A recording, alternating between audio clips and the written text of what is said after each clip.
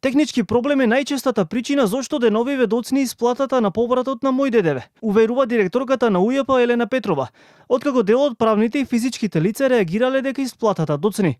Станува збор за редовниот поврат за последниот пресметковен период, јули, август и септември, кој пристигнува на трансакцијските сметки за скинирање на фискални сметки. Само да дојде до определени застои во реализацијата, кај и некои физички лица за кои што податоците не се усогласени, односно за кои што не е валидна трансакцијската сметка што ја пријавило лицето, не се совпаѓа нели дека тоа е негова трансакцијска сметка и слично. Значи во тие случаи, да, технички, и тоа што не зависи да речеме од УЈП, туку од самите клиенти.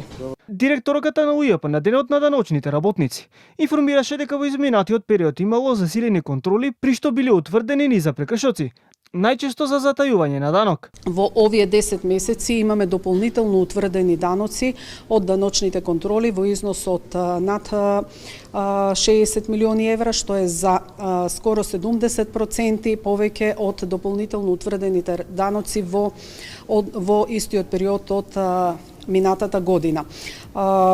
Изречени се над 6000 глоби на прекршителите на законските одредби и имаме поднесено 61 кривична пријава за утврдени сомнежи за сторени противправни дела, прецена или даночно затајување. Инаку поради затајување на данок, СВР Струмица до Струмичкото обвинителство поднело кривична пријава против сопственик на фирма и управител, поради основи на сомнение дека во 3 наврати сториле кривично дело даночно затајување.